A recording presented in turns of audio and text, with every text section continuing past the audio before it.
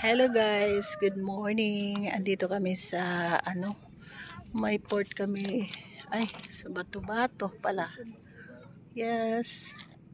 Andito si Mister. Ayan. So namasyal dito sa Bato-Bato. Ayan, ganito yung nila. View na makita mo dito. Ayan ang naval boat. Sa boat ng mga Navy. Ayun yung mga bahay dyan sa tabing dagat. So, pag ikaw andito, kaya mo bang manirahan dito? Malayo sa kabihasnan. Mga 1 hour punta sa town, sa pueblo nila. So kung may emergency, dapat may sariling sasakyan. Kasi pag wala, ay nako, sa kalagitnaan ng daan, delikado. Imbis na i-save mo yung patient mo,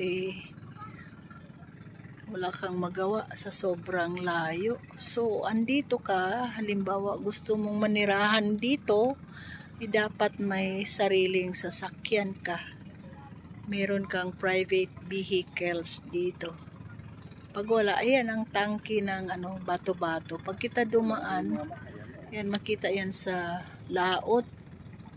Okay, yung dalawang nakakalaking, sobrang laking tangke. So ito yung port nila. Ayan, may mga pambot din yung mga residente dito. Ayan. So, dahil malayo yung kanilang flea market, so dapat may pambot sila. O kaya, motor, single tricycle o ano kaya. Ayan. So, yan. Kita mo na. Mga island yan, separated, small islands. May mga kaming sasakyan, no? Sasakyang dagat. So, yan. Yung mga galing sa laot, kuha sila ng mga preskong isda at ibebenta nila sa merkado dito sa Bato-Bato, Panglima, Sugala. So, ayan. Ganito yung pamumuhay dito sa isla, guys. Pero yung main island, maluag naman. Maluag yung lupa. Kaya lang, hindi pa masyadong maraming tao.